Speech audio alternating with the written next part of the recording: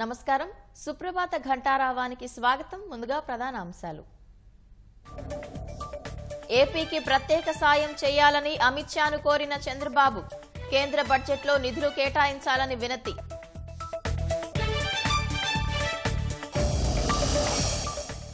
పాలనలో మెరుగైన విధానాలు ప్రవేశపెట్టేందుకు ప్రత్యేక సంస్థ global institute for good administration ఏర్పాటు యోచనలో సీఎం.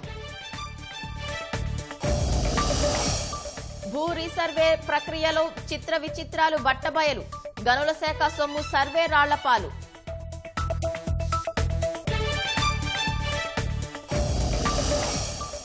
నీతి ఆయోగ్ ను పునర్నిర్మించిన కేంద్రం. ప్రత్యేక ఆహ్వానితుడిగా రామ్మోహన్ కు అవకాశం.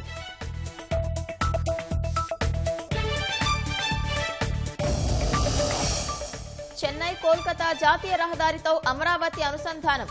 ప్రణాళికలు రచిస్తున్న సిఆర్డీఏ అధికారులు.